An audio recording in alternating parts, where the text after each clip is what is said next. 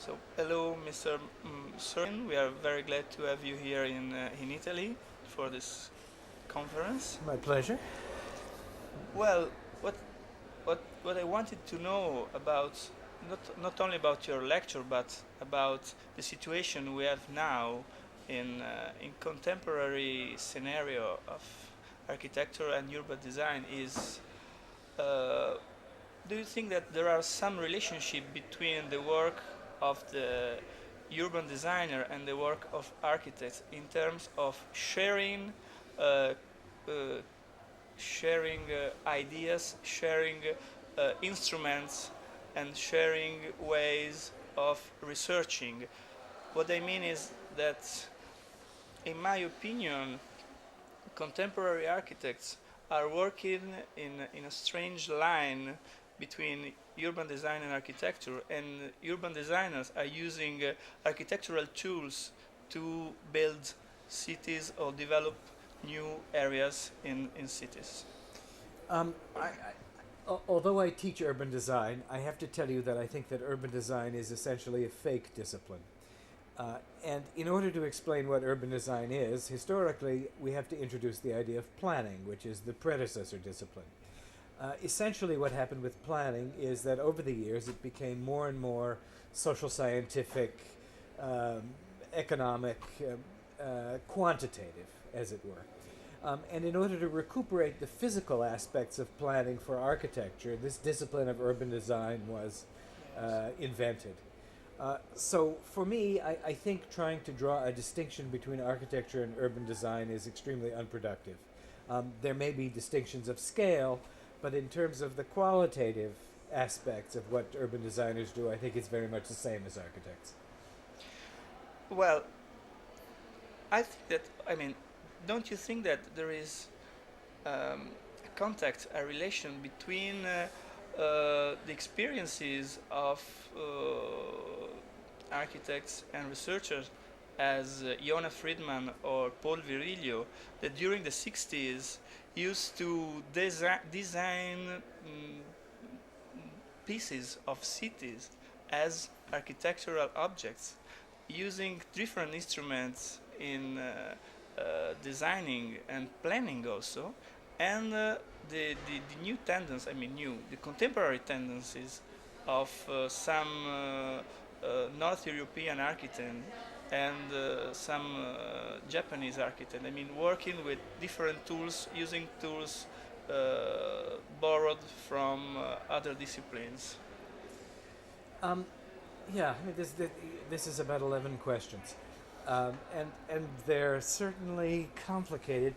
One of the things that's happening nowadays, and there are a lot of Dutch people in the room Yeah, today, is that there's something called research, yeah, which gets done more and more. And I think that what this is about, I mean, because I think that artistic practice is also research, is essentially trying to recuperate the authority of functionalism, which was lost hmm, uh, mainly through the history of planning for architectural practice and urban operations. Somehow the authority of research stands in where functionalism used to be in giving a kind of imprimatur to architectural activities.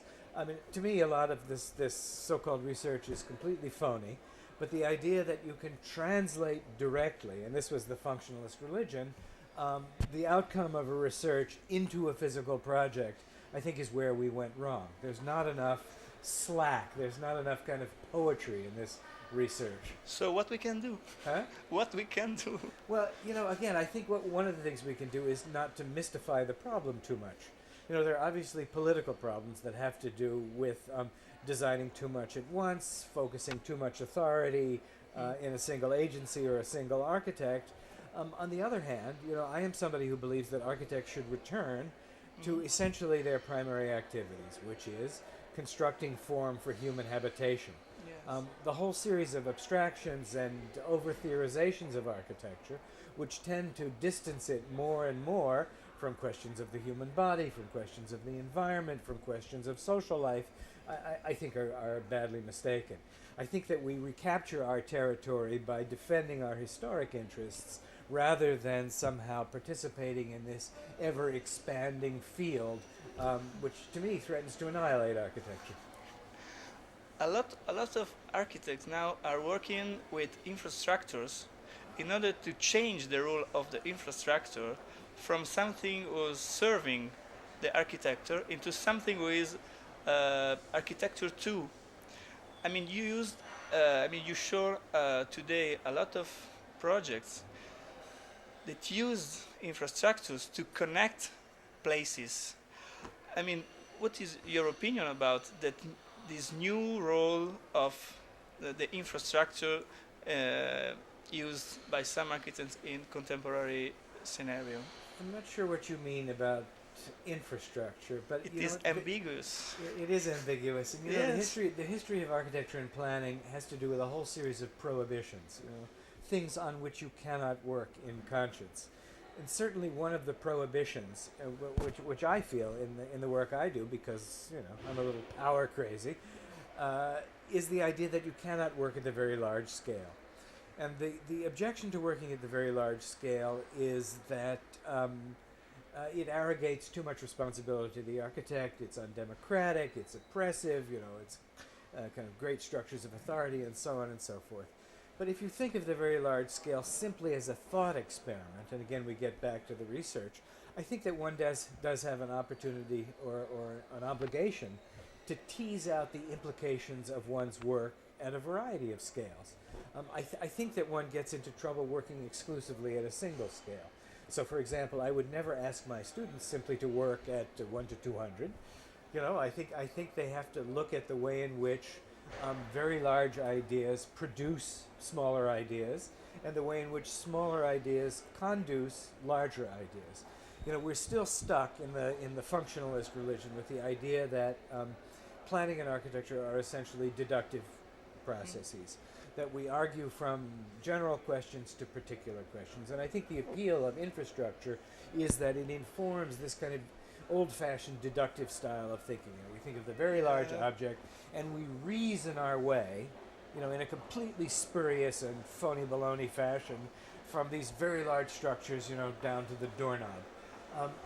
I simply don't think that it works. Yes, that so way. you think that in a word it is a false problem. I think it is a false problem. I think you can begin anywhere. The difficulty comes when you deny the implications of your work.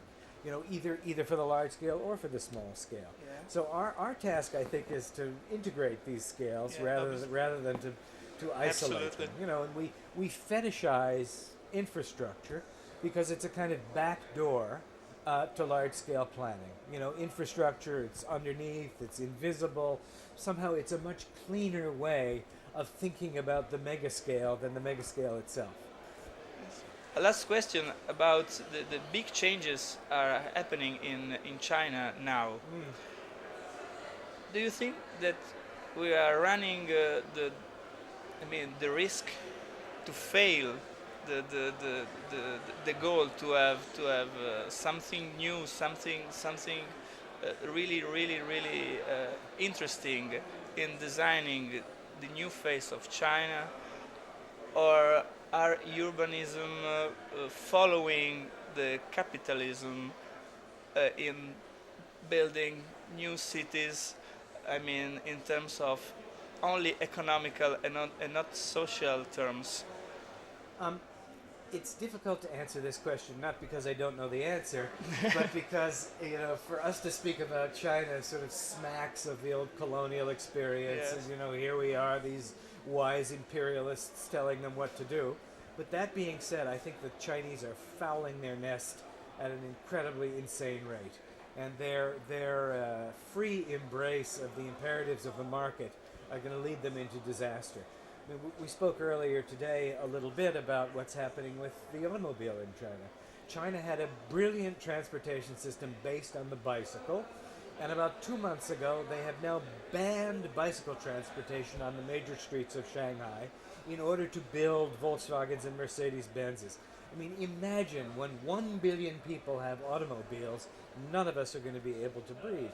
So, one's hope for China is that they will take a leap. beyond the kinds of infrastructures that we are Yeah. putting in. But I'm not optimistic. They are building dreadful office buildings. They are locating housing projects 40 kilometers from the middle of town. They are building freeways and millions of automobiles. They are polluting everything. I think the Chinese, because they are so prosperous and because the Chinese economy is so successful, this is their century.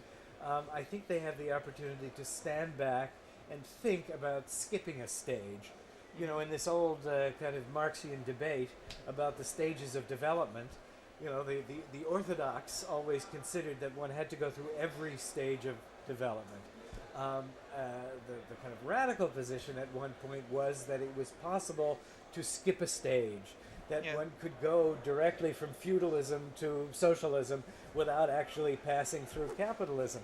And I wish the Chinese would kind of revisit some of their Marxian theory in order to look at a way to make progress, to feed and clothe and make happy their people without going through every excess of mercantile capitalism that we have gone through. I don't think that automobiles and Kentucky Fried Chicken is the answer for China or for anyone.